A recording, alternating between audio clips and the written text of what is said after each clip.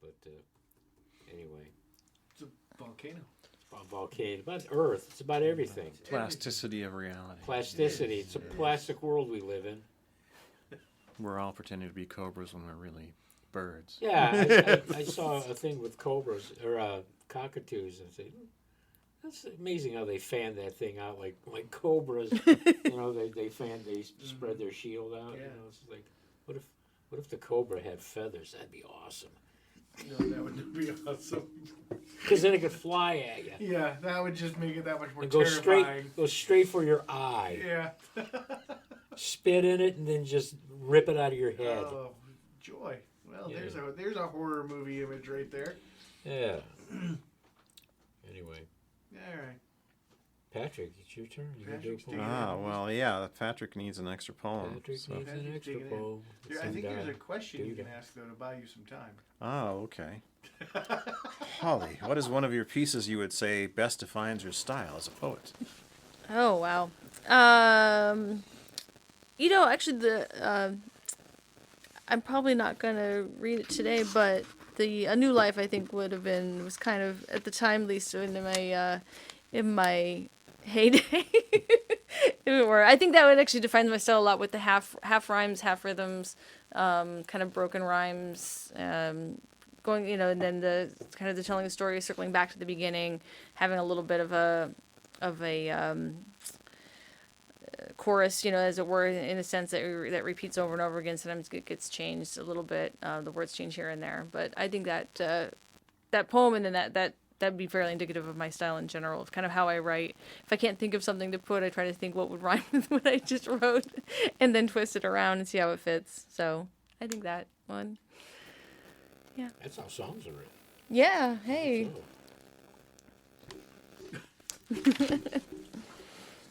Patrick?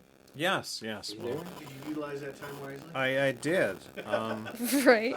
I Hare, utilizer of time. When I lived in Colorado, I actually had 2 collections of poetry that are somewhere in a closet. So if I ever find out where they are, I'll In a get them. closet. But yeah, Yeah, Well, you you didn't don't know know where they pictures. are. They're next to the box of the beaded curtain. that is not as untrue as it sounds. But anyway, what I would do is I would write. I wrote a bunch of different introductions to here's how I'll introduce it. No, here's how I'll introduce it. And this one was called Runner Up Number 3. Isolation is such an anathema to the small creature that it will gladly throw itself into flying bullets, submerge its true wants, and punch its ballot as if the world were watching rather than face the stark fact that the cold waste is where the finest treasures are hidden, but no well-trinketed souvenir stand exists to return acceptable artifacts of the journey. Thirsty bats make better companions than the closest friends, for they do not hide their want under the blanket of false intimacy, but rather attach themselves to the exposed flesh with a rabid laceration and consume like the true creatures they are. I, the unacceptable fortune-teller, have too much of a curtain behind my eyes to be allowed into the country club of daily life and must spend my unevenly parceled moments wishing to repay obligations garnered unto me in the fire-water promise of a future. If I had only known the bondage of disingenuously paid dividend, I would have submerged myself, but probably not because your rituals do not amuse me. My soul has been traded for untrue vistas, flights into stagnation, and a tired, infinite realm that once the dues are paid, the paradise will erupt upon my life.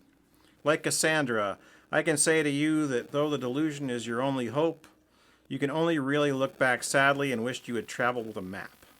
Neither a leader nor a follower be, because the one in front will suffer pain and infamy for the actions of the group of the 1000th generation, and every path is violated from the minute that the first shoe is lifted.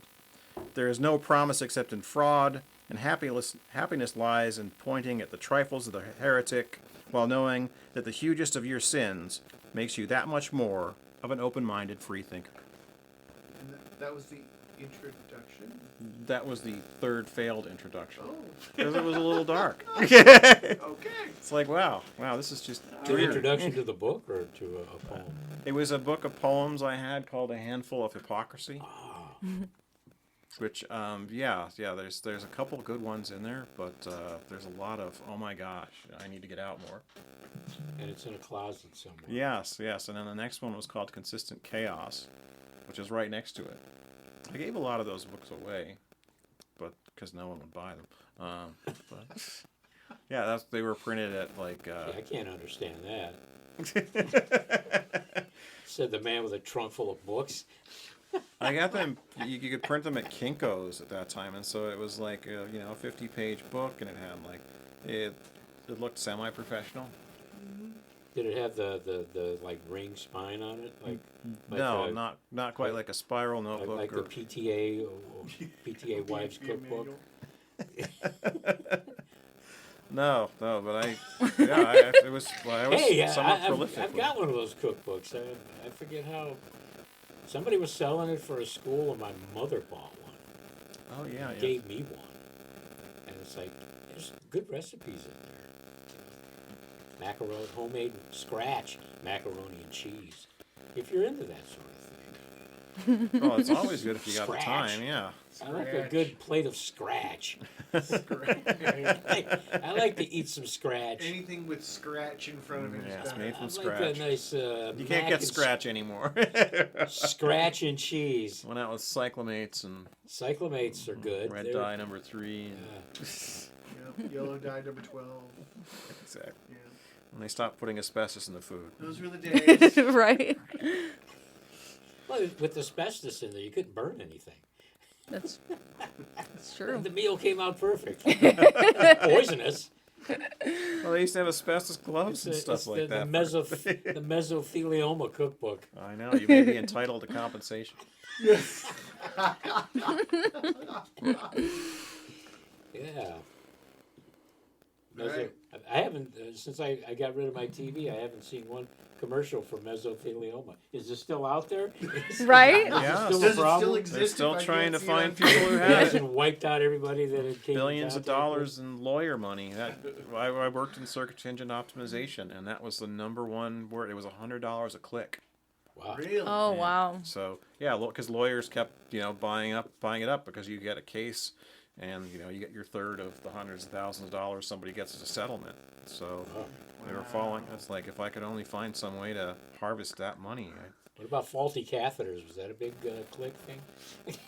They have all sorts of there's all sorts of class action websites out there that are just designed. My to grab catheter was barbed. Oh. Some of the On that fine. note, Holly, you got another poem? Yeah. You know what? I apologize. I was looking this up because I forgot that I had this online, and I don't think you guys have heard this one. Excellent. So this is called Volcanoes.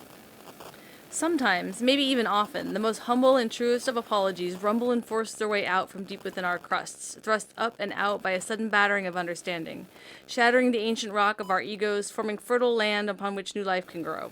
We become volcanoes of empathy. Love like lava flows. New common ground grows and solidifies. Here is sincerity. The geology of solidarity becomes there, becomes me, becomes we. Often the truest of apologies is not a sorry at all, but a setting free of long-set pressures and formalities, a release from form, from structures born of personal eons of order, of moments of disorder, or simply the borders of our own knowing. We erupt like volcanoes. Love like lava flows. New common ground grows and solidifies. You and I, we look like islands when seen from the sea, on the surface. But when you go deeper, a landscape emerges. The edges of me slope and sink till they meet the brink of you. So don't say sorry when we collide, as long as the scene is born anew. The true apology is the eruption and the tectonic reconstruction of our common ground. As such it is with the earth and with the universe and with all the spaces we found. We collide and collide again, and we restructure our form. And when love flows like lava from deep within our core, the wounds will be healed when new spaces formed. And we can dance in the spaces that didn't used to exist, these new connections between us. And even where there are rifts, still deep down we meet, in the magma of our hearts, in the heat which we burn. So let it rumble and force its way out from deep within your crust. Let it thrust up and out with a sudden battering of understanding.